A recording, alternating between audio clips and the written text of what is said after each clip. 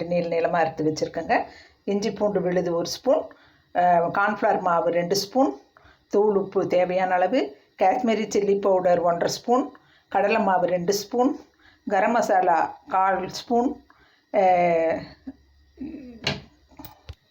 மல்லித்தூள் 1/2 ஸ்பூனுங்க, கரம் மசாலா 1/4 டீஸ்பூன். இப்போ நம்ம எப்படி பிசையலான்றது பார்க்கலாங்க. இப்போ இந்த காலிஃப்ளவர் சுடுதண்ணி வச்சுருக்கேங்க, அதில் நம்ம போட்டுக்கலாங்க. காலிஃப்ளவர் எல்லாம் போட்டு ஒரு கொதிக்க வச்சு எடுத்துக்கலாங்க. இப்போ இதையெல்லாம் நம்ம ஒரு பாத்திரத்தில் போட்டுக்கலாங்க. இந்த பொடியை நம்ம கலக்கிக்கலாங்க. எல்லாம் போட்டு இது நல்லா கொதிக்குதுங்க ஃப்ரெண்ட்ஸ். அடுப்பு ஆஃப் பண்ணிக்கலாம். இப்போ நான் இந்த கார்ன்ஃப்ளவர் மாவு, கடலை மாவு, சீரகத்தூள், ரெட் சில்லி, இஞ்சி பூண்டு விழுது, லெமன் கொஞ்சம், எண்ணெய் ஒரு 1/2 ஸ்பூன் ஊற்றி பிசைஞ்சு வச்சு இப்போ பாருங்கள் ஃப்ரெண்ட்ஸ், எண்ணெயில் நம்ம பொரித்து எடுத்துக்கலாங்க.